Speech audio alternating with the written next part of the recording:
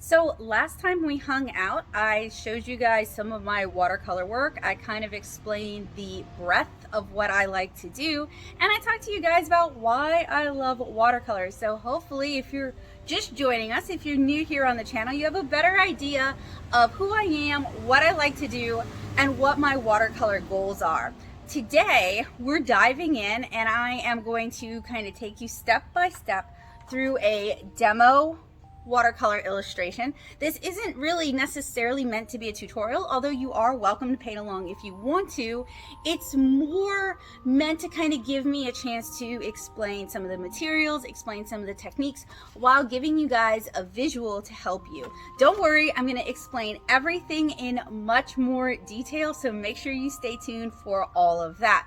If you guys have any questions, feel free to reach out to me down in the comments below or over on my art-centric Discord server, The Paint Box. And huge thanks to my amazing patrons on Patreon for making a series like this possible. Thank you guys so much. So let's get painting.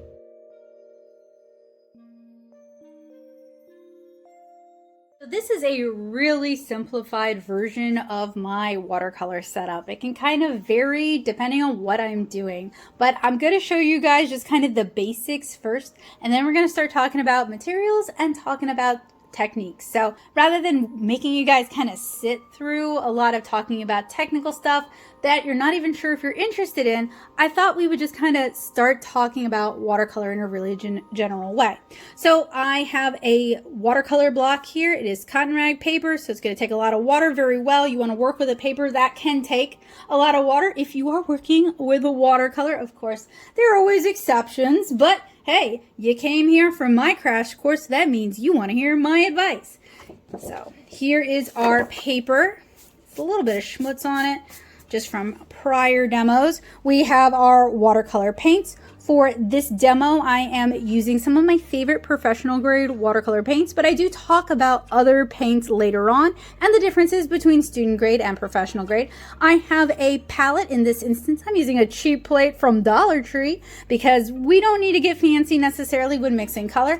I've also got some brushes. Right here I've got 3 rounds, but I may grab additional brushes later on. I also have a palette knife for later, and I've got something that I end up talking about a lot, so I'll demonstrate it early rather than later, and we'll see how that goes. The first thing I do when I'm painting is I get my space cleaned up and set up. Watercolor can make a mess if you try to work in too cramped a space, so I like to make sure I have, you know, a fair amount of room to work, a drafting table's amount of room to work. And now, obviously, if you're doing plein air painting, that's not so much an option, and everybody's got different space requirements, but if you're struggling with watercolor, giving yourself more space to paint maybe can help. It'll definitely make it a lot less stressful.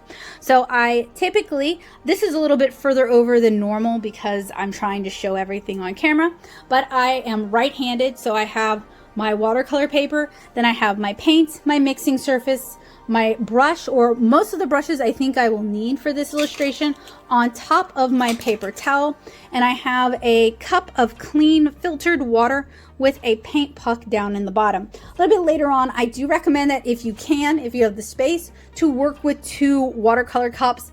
I don't have the space, so I'm working with 1. I also have a spritzer bottle with clean filtered water in it, and depending on your watercolors, you may want to give them a little spritz ahead of time. That allows them to soak up some of the water and allows the pigments themselves to be a little bit more readily available. So when I am watercoloring, I usually begin with my largest brushes and then work my way smaller as I go.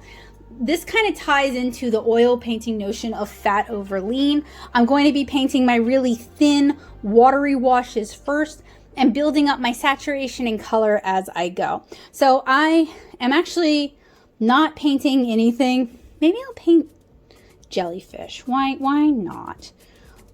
So what I want to do if I'm painting jellyfish is I want to create, in this instance, my background first. So I'm using a mop because I'm covering a lot of area. Now I might want to paint the whole thing this kind of blue. I might not. I'm going to add in some water so that we get some color variation. And since I am painting with 1 cup of water, I am going to change my water cup or the water in my cup really frequently. If you're painting with 2, you don't have to change your water nearly as often. So this is a really, really thin amount of paint to water. Like there's a lot of water and not necessarily a lot of paint.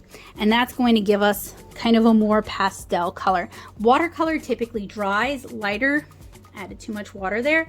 That's okay. We can easily make that work. Watercolor typically dries lighter than it goes down.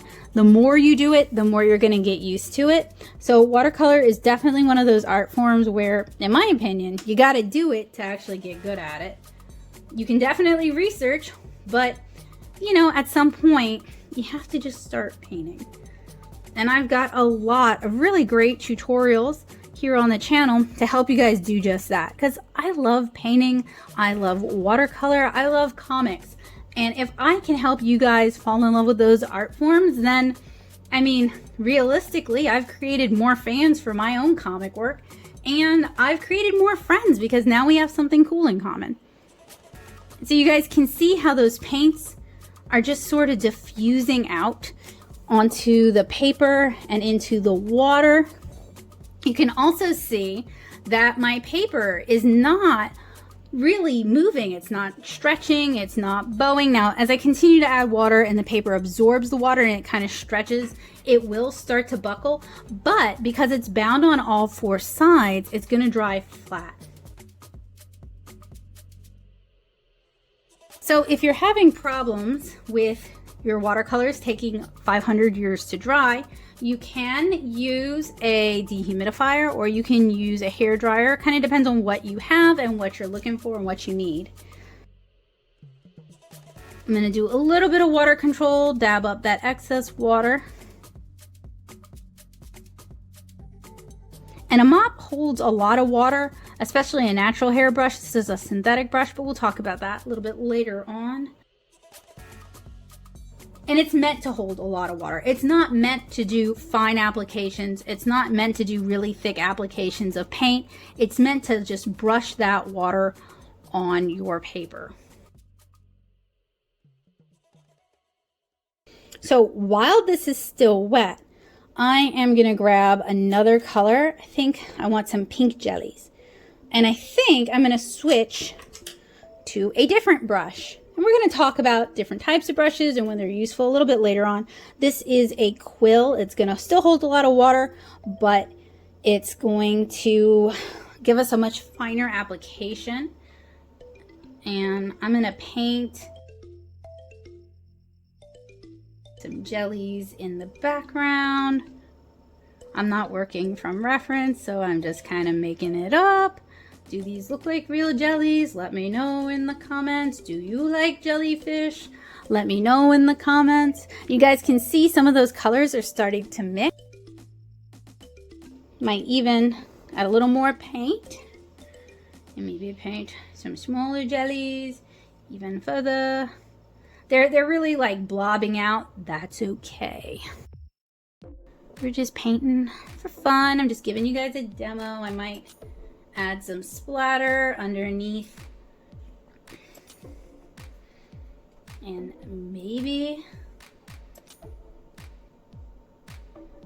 add some really loose tentacles. Ugh, those look a little creepy, but that is okay. So I'm working from larger brush to smaller brush, and I'm going to keep going smaller as I go. I'm just picking up some of that extra water so it'll dry a little bit faster. So next thing I'm going to do is I'm actually going to step away and give this a chance to dry, because while the paper is still wet, we're going to get really diffused painting. Everything's going to kind of spread out, but once the paper dries, we can start adding in more details. Now, I do want to demonstrate one more thing because I just can't resist. I'm going to do a really thicker mix of paint. So not a lot of water, whole lot of paint. And I'm just gonna dab some of that. And it's still gonna diffuse out, but we're gonna get a more saturated version of the color than with the paint that had a lot of water and not a lot of pigment. So right now our paper isn't fully dry. It looks dry, but it's cool to the back of the hand, so that means it's not fully dry. But now could be a good chance to add in some additional details if we're not super picky about where they're going to go. It could also be a good chance to add another layer of blue and kind of tone our pink jellyfish if we wanted to do that. I am mostly just going to go in with our quill. And again, watercolor is not like acrylic. It's not like oil. You don't need like a big glob and then you paint it on the paper. It's really about water. Water is the main ingredient of watercolor.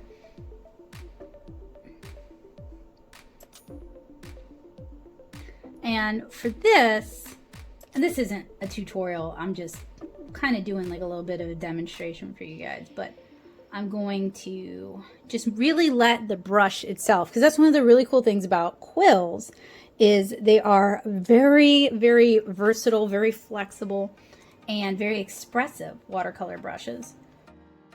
So by just varying how much pressure I put on the quill and how I hold it and where I hold it, I can really get some interesting expressive lines.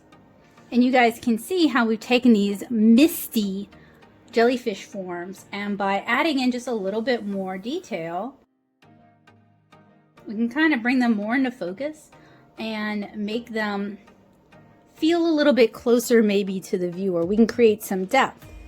And I've got a whole tutorial about utilizing what's known as atmospheric perspective, which is what we're doing a little bit here to kind of fool the eye into seeing depth in your illustrations.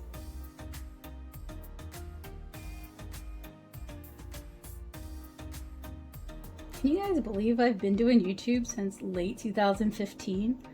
That's like 7 years. That's so long.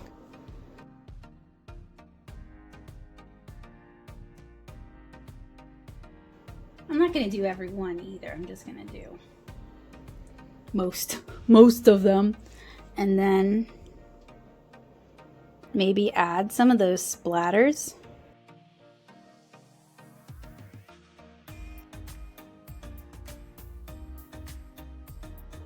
And I could add another layer. I could do a different color. I could add in maybe some bright yellow and paint some, I would paint some more jellyfish at least. Or I could paint other types of fish. I could do like little goldfish or something. Let's do some more jellyfish. And I'm not really worried if they touch, because that's just gonna make them blend, and that could look really cool. And we get some of that wet into wet transition going on.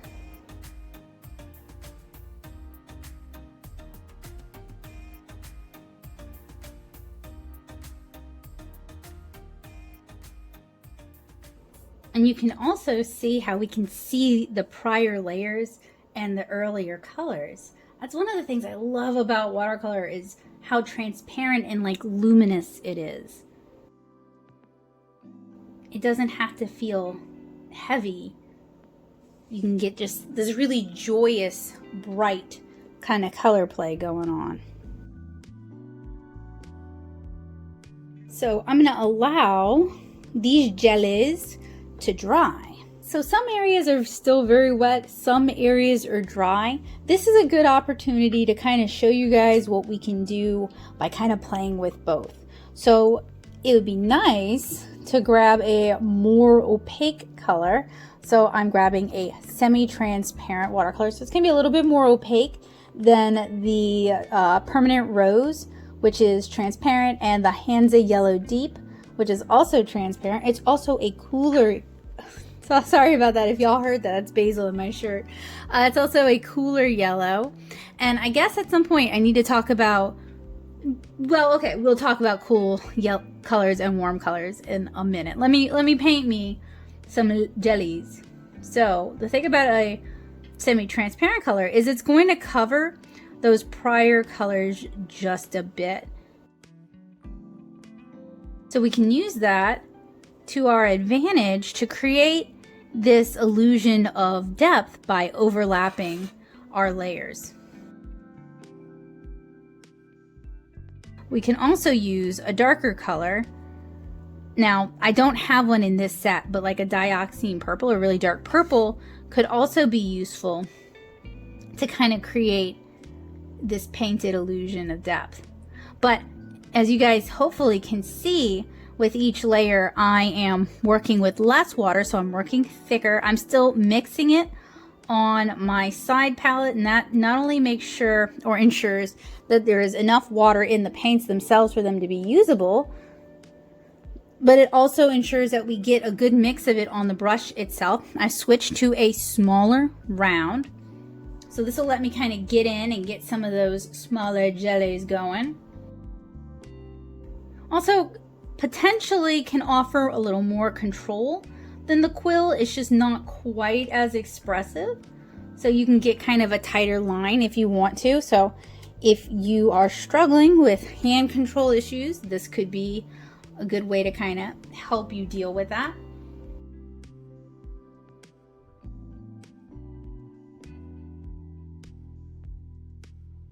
And let's say I want some of the little floating tendrils on our jellyfish to fade out. I can use clean water and kind of brush over it to encourage it to fade. Or I can use a spray bottle, and I kind of hesitate to do that because we've got a lot of wet here. So I can also use my hand to kind of block it, and that's going to encourage it to fade as well. I can spray it down here, and that'll get that to fade out as well. So these are what's known as supergranulating watercolors, and what that basically means is, you see how these colors have 2 colors or 3 colors going on?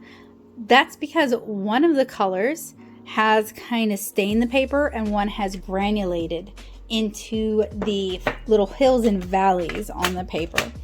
And I just want to demonstrate this, and hopefully that'll be enough. I'm just going to pick one. I'm going to show restraint. I will grab I would grab another smaller round, but you know what? I don't need that. Grab one of these. So these really shine when you add some water, or a lot of water in this case. So I'm going to hopefully use them in a way that can show both sides of their personality by introducing them in areas where it's still a little wet. So hopefully they kind of blend out. I can also do what I did a little bit earlier and spritz them with water. And we're just having fun. We're just playing with watercolors. It's okay if things don't turn out perfect. It's really cool though if they turn out kind of neat.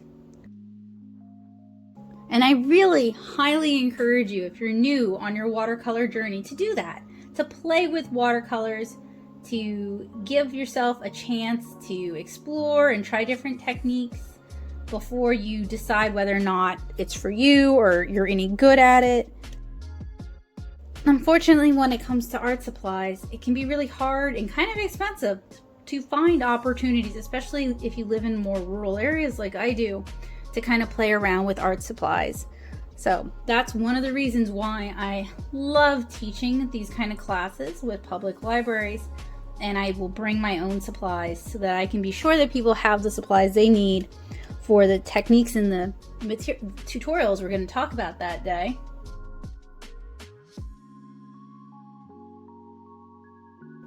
And it gives me a chance to share something I'm really passionate about with new people.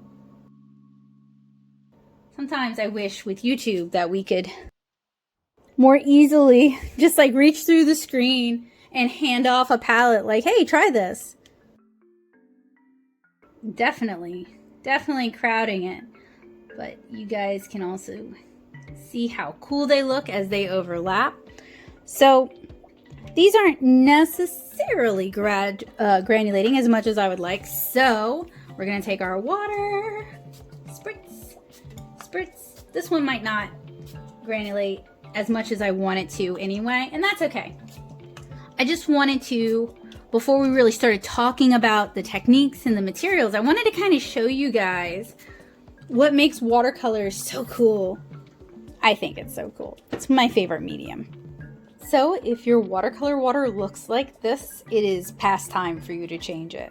So by the time it looks like this, if you were to mix, say, a blue, it would look really muddy because of all the oranges, pinks, and yellows that have already been mixed into it. So now is your chance to go change out your watercolor water. Or if you took my advice and you're working with the 2-brush method, it's not really a problem because your clean water, which you would be using if you were doing washes or mixing up new colors, would still be pretty clean. Everything's pretty dry, yeah. So what I'm going to do next is I am going to go back to my normal, not special effect watercolor palette. I would call this a special effect watercolor palette. And I'm going to mix some more of that kind of oceany blue. And I'm going to use my round and I'm going to gently hammer on it. And that's going to give me kind of a splatter technique. You're going to make a mess. So what I would recommend is I'd recommend painting on a surface that you can easily clean. And that's why I have this really ugly Teflon coating on my desk. It is super easy to clean. Next, I'm going to use a spray bottle of water and kind of get that to move. Yeah. Now, if you want to, spray it a lot. Encourage lots of color movement. And then you could go back in and do a little bit more.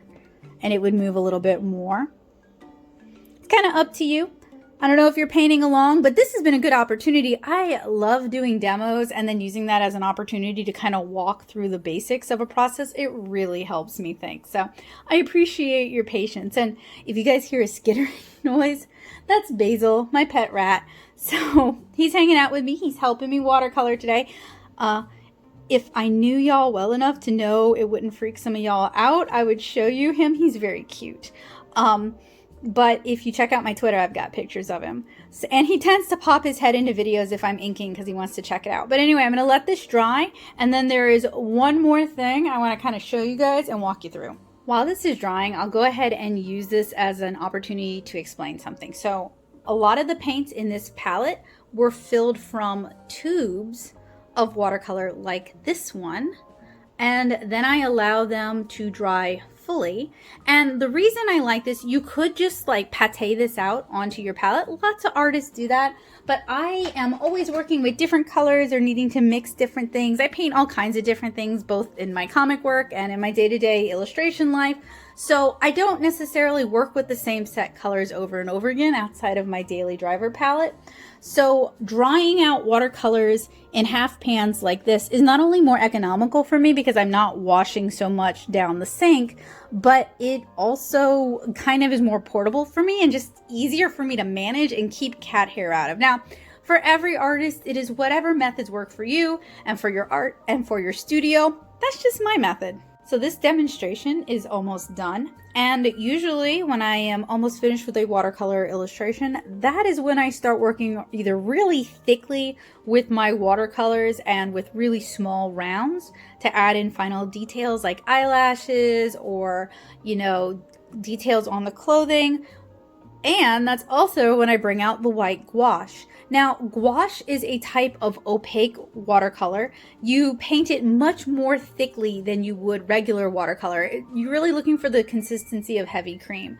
I really don't use gouache except to add highlights to things, so I'm not going to really talk about gouache a whole lot here, but I do use gouache to add white highlights to things a lot. So I wanted to demonstrate that for you guys now. So you can squirt this out onto your palette. I used to do that and I accrued a lot of wasted gouache that way. So now I do something even worse, arguably. I wet my brush. I have a stiffer synthetic round here. You want a stiffer brush if you're working with gouache. So I'm going to dip my brush in the water and then I'm going to, jam it into the tube. I am sure I horrified some of you guys, but this works for me. So let me have this. And then I might mix it on my palette just to make sure everything's kind of mixed the way I want it to. So I don't have to use gouache for this piece, but what I am going to do is I'm going to add maybe a little bit of white detail on some of our jellies, because why not? And also because it gives me a chance to demonstrate this for you guys. So I have thrown a lot of terminology at you guys. I've talked about a lot of products already. Don't worry if you feel confused. This is kind of the introduction. Other than me showing you my art, this is kind of your introduction, because I figured sometimes just seeing somebody work with things and having them explain their materials as they go, that can be really helpful, because it provides a context and it makes everything a little bit stickier. So gouache, the thicker it's mixed, i.e. the less water is in there, the more opaque it's going to be. So if you don't like the opacity of your gouache, you can definitely work with it a little bit thicker. But if it's too thick, it's not gonna flow off your brush. So you wanna kind of, the more you work with it, the more you're gonna figure out a sweet spot that works for you.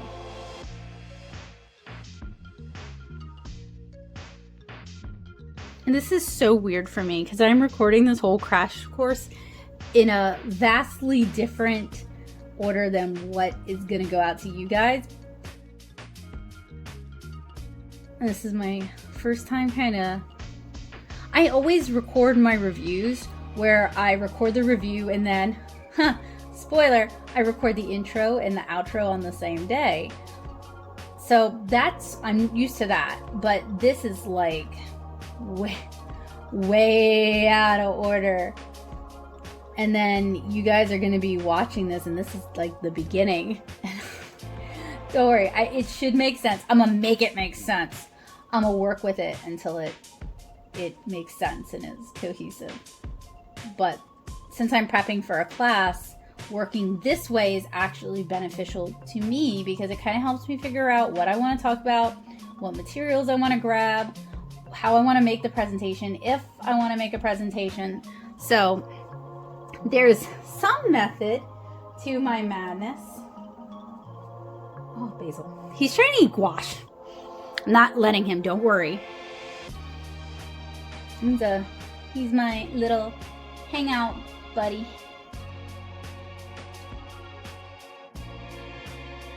So I'm not necessarily, I'm just trying to kind of like add some highlights.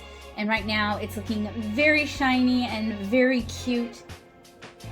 And I'm good with that. This would have made a cute bookmark in the Stash Buster series, but I'm really happy this wasn't just a total worst case Ontario. It would have just been a demonstration. Like, it wouldn't have been anything cute, but it would have been a good chance to like demonstrate various different techniques and kind of dump y'all into the deep end.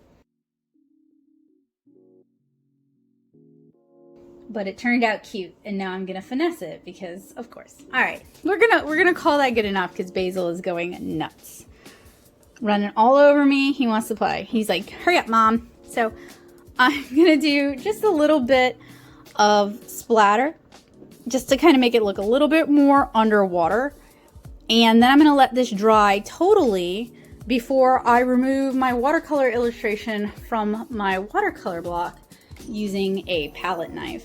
So this is almost dry. There's two ways I can tell. One, it is not cool to the back of my hand. It feels pretty room temperature, but it's still kipped, it's still buckled just a little bitty bit.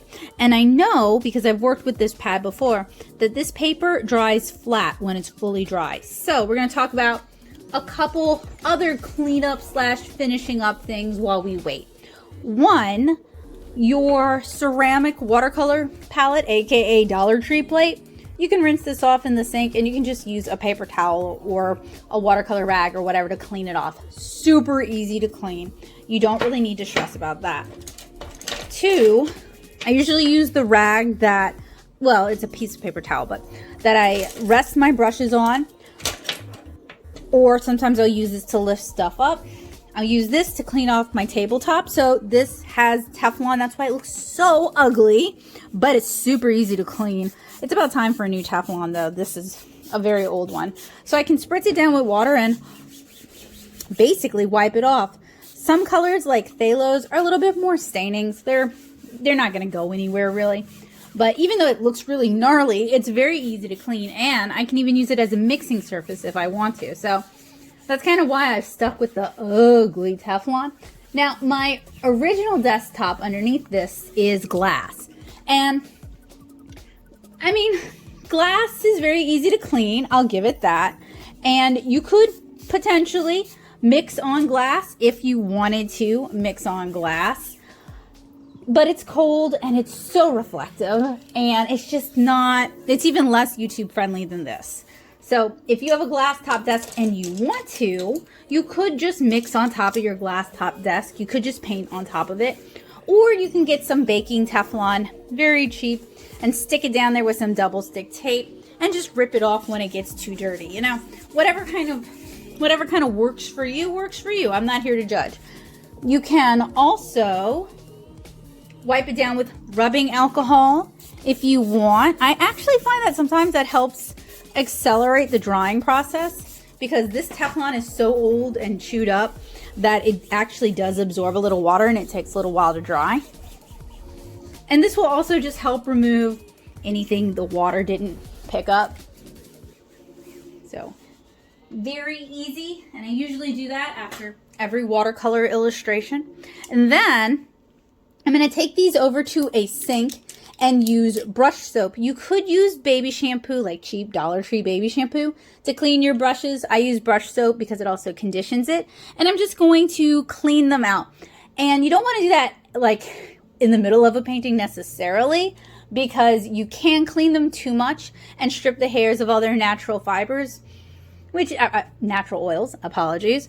But I do like to clean them in between paintings because fresh start, and it means I'm not bringing any pigments from the prior painting into our new painting. And then of course, I'm going to dump this out and rinse it out just to remove any of that sediment or granulation. Looks like ditch water. Before I go clean this off, I will say if you work from the same palette over and over again, like you're a landscape painter, you tend to paint things that utilize a similar color palette, you can totally reuse this. Like, you don't have to go rinse it down the sink. The only reason I do that is because, like I said earlier, I paint drastically different things just given any given day. So I can't necessarily reuse palettes, but I will say if this was a multi-day painting, I would be reusing and reactivating these colors until the painting was done. Our watercolor paper is pretty tight, not 100%, but we're gonna move on anyway. So I want to demonstrate how to remove a piece of watercolor paper from a block. I used to use an X-Acto knife for this. No. So you use a palette knife. This is my favorite one. And you see where there's an opening at the top. Okay, we're gonna insert our palette knife. Sorry to bump you. And we're just gonna pull. It's super easy. It like wants to come off, but it held tight the whole time. And that is how you remove a piece of watercolor paper from the block. So today we painted this watercolor illustration using a block of cotton rag watercolor painter and professional grade watercolor paint. We were able to achieve a variety of fun and interesting techniques, and it really didn't take that long. The longest part of this process was waiting for paint to dry. If you guys have any questions, feel free to let me know down in the comments below or over on the paint box. And if you have any suggestions for more watercolor tutorials or watercolor videos or watercolor live streams, let me know. I do have a bunch more coming up in this series. Next, we're going to be talking about the materials that you need for watercolor in depth. Then we're going to talk about color mixing, and then we're going to talk about watercolor techniques. And it's going to culminate in a troubleshooting live stream where I answer your questions as well as questions that have been sent in live. So if you enjoyed this, if you found this helpful, useful, and informative, please remember to leave me a big ol' thumbs up. That tells YouTube that not only do you want to see more of this, but that other people might want to see more of this. And make sure that you're subscribed and you hit that bell notification so you don't miss our next update. And while you're waiting, why don't you check out some of my other great watercolor tutorials, including the companion series to this series, my Stash Buster tutorial series, a series of watercolor bookmark tutorials that are designed for people who want to learn how to paint but swear up and down that they don't know how to draw. They're fun and simple and vibrant watercolor tutorials that are more focused on brushwork and technique than strong draftsmanship skills. And if you've got some time and you're interested, I'd love it if you checked out my comic 7-inch Kara, which you guys can find linked down below. You can read it as a webcomic for free, or you can order volume 1 and volume 2 through the Natto shop. So thank you guys so much for painting and hanging out with me today. I hope you guys had as much fun as I did. I was surprised that this demo turned out as cute as it did, because often when I'm painting and talking, it doesn't turn out so great. That brain needs to focus on one task, and talking and painting just is challenging for me for some reason, but I'm glad it turned out really cute. I hope you guys had fun. I hope you guys learned something, and I look forward to seeing you guys next time with our materials. So have a wonderful day, guys, and hopefully this was helpful in helping you guys make art a habit. Bye!